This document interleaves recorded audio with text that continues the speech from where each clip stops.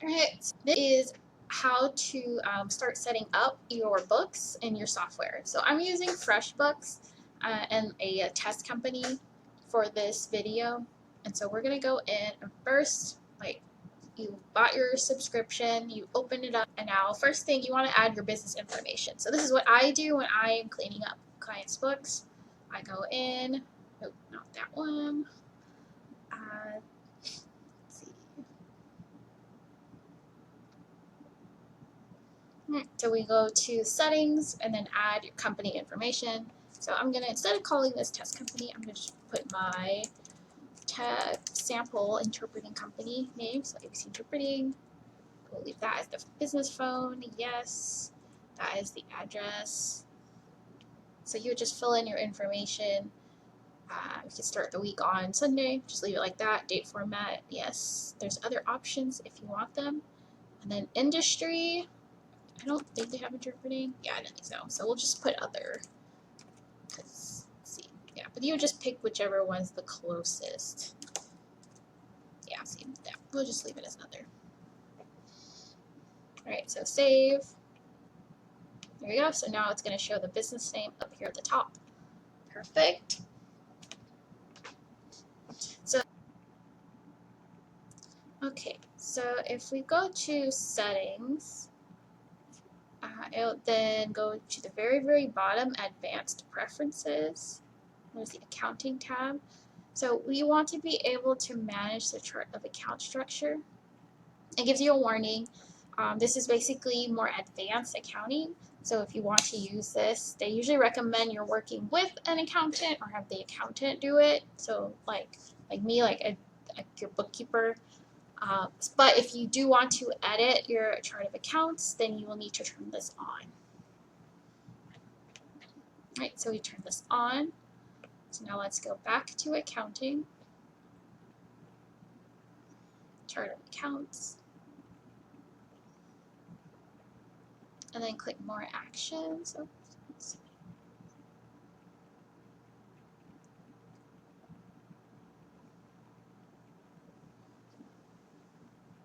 And oh, it's still not showing where we can add. Maybe I need to refresh.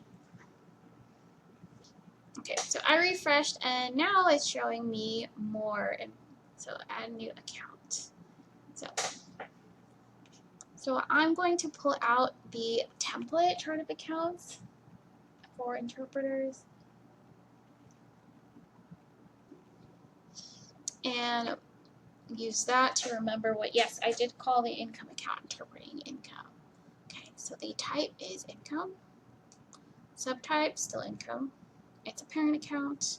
We're going to call this interpreting income. And then what number did I already? 10. Alright, and then you can put a description, just interpreting income. You can be more descriptive if you want. Some softwares you can just import your whole chart of accounts. I don't see the button here to do that. So it looks like you'll have to add these one at a time. So in that case, I would suggest like you can sit here and enter all of the accounts from the chart of accounts that you'll need. Or actually, no, do that first because you could do it as you go, but that can get a little bit messy because you always have to be referring back to your chart of accounts. So yeah, just I would manually add in the ones that are missing. So accounts receivable is here already. Probably won't be using customer deposits, deferred discounts. So I would actually, let's see, will it let me delete?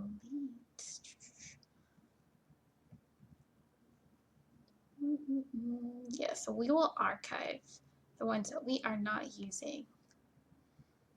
Okay, so I'm just gonna go pause and come back when I archive these.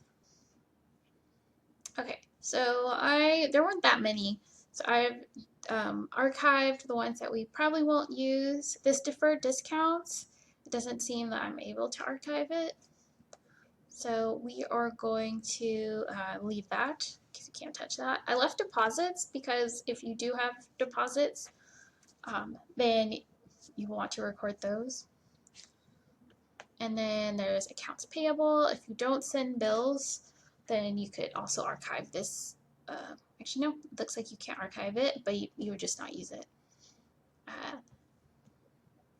So we've got our chart of accounts set up, and then you would just go and add all those accounts from the a template chart of accounts. So I'm going to go do that.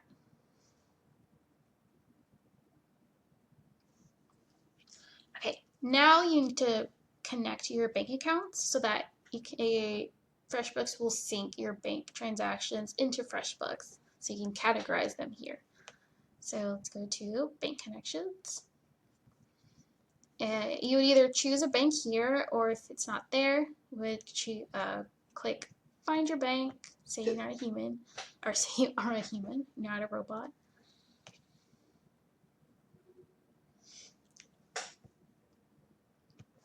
And then search and find your bank.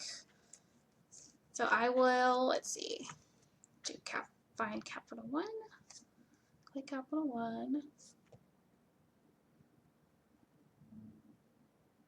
All right, and then you'll just follow the prompts to connect your bank account. Okay, so I connected it. At the end, it will ask you how far back do you want to like sync the transactions, and you can do up to 90 days. If you open the account as of today, then you would just put today or whatever the date when you first started using the account.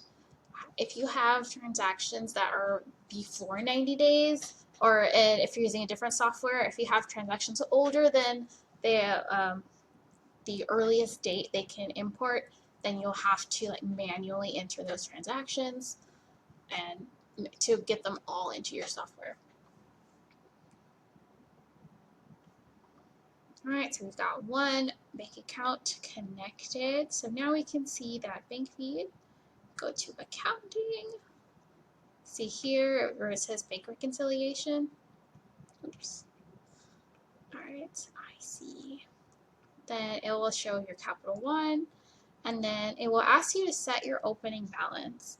So again, if you have an account, you've been using it, and then you're now connecting it to the software, then you have to tell the software like what was the opening balance. And I'll show you what I mean by that, because that's kind of an accounting term. All right, so I'm just saying that this account was open as of like yesterday or today. So we would start as of that date. Now, if you started January 1st and it was like $0, you open the account, then that'll be very easy. And when I'm cleaning up clients' books, this is one of the things I do. I'll enter the opening balance so that what's in your software, like for how much is in the bank account, matches what's actually in your bank. And that's the whole reason it's asking for this number. All right. So yes, this account is $0 as of August 13th. Or actually, wait, let me double check that. Okay. So this account is $0 as of August 13th. So that's what I'm going to put for that balance. All right, so we're good to go. Okay, and then you'll notice here, wait for that to load. Okay, so it shows your bank account balance. So that's what your bank says you have. And then in FreshBooks, what FreshBooks says you have, so $0. So they match, so that's good. That means your FreshBooks is accurate and matching with your bank account.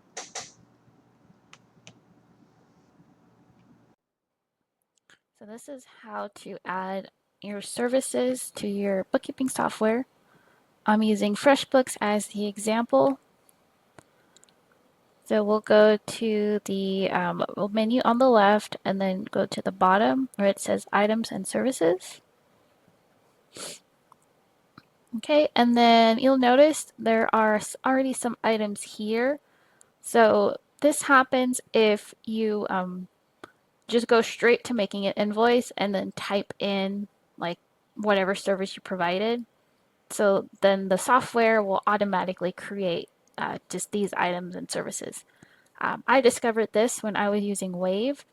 In Wave, I would just make the invoice, type in whatever the job was, um, how much was I charged for the job, or how much I was supposed to get paid for the job, and then just use that. And then later, I discovered that Wave was taking each of those line items and creating a new item, and so I had like just a page full of all of these items.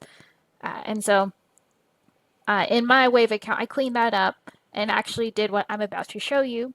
So I created the actual items and services. That way I can just choose that from the invoice. So first, let me show you how to create that. So here in FreshBooks, it separates items and services into two different tabs. And so really, these aren't items, we want services. So I'm going to delete these. Let's see. So delete these.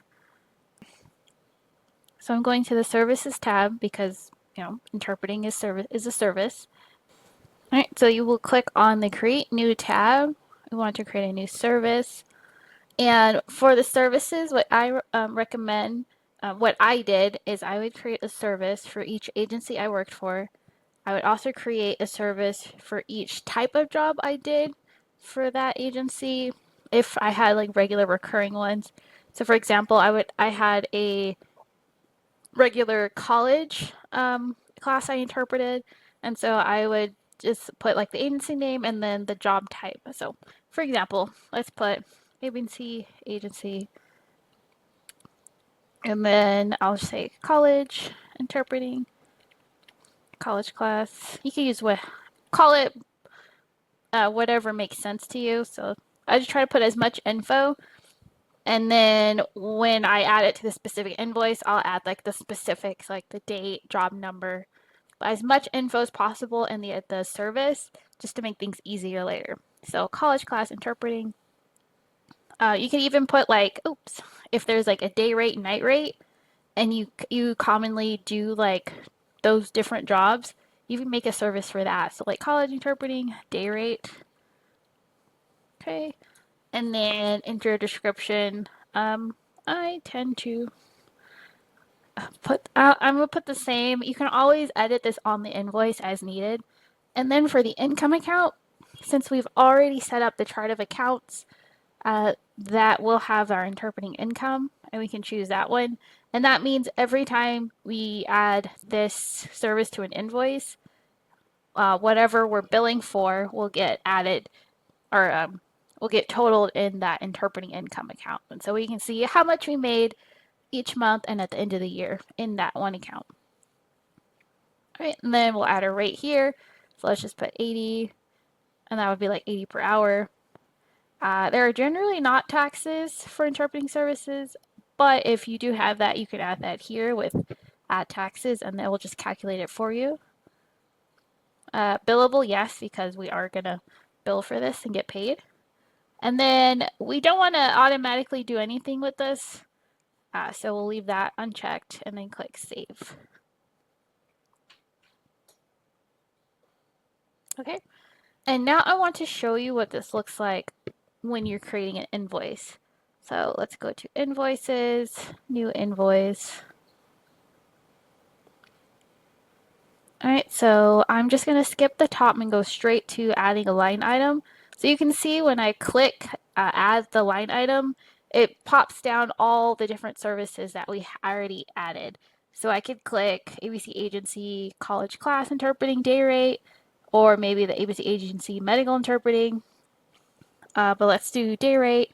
And then I can easily change the quantity, how many hours in my billing. I can also add information here, so I can say like job number 24567, and then the date, you know, 8/20/24, and whatever information we want to add on that line item. And so that just makes it easier to create an invoice to send. So to set up your FreshBooks account, you also want to add your clients or customers, as some softwares might call it, these are the people or agencies who pay you for jobs and you do work for on a continuous basis, maybe like once a month or more frequently. And the reason you want to add them is because when you're invoicing them, especially if you're using the software to send invoices and get paid, then it's just easier to already have them in there, and then you can add them onto the invoice with all their information. So in FreshBooks, if you go to the left menu, click Clients, and then add a new client, you can manually enter their information. And if you have just like one or two, this might be the easiest thing. You can just enter them and you'll have your client and they will show up in this all clients list that you see this agency ABC here. If you have multiple agencies to enter, then you can use the import clients option and you'll create a CSV file with all the client and information and then upload it to FreshBooks, and then it will add the clients for you. So it's a lot quicker. The hardest thing for this is just formatting the CSV correctly.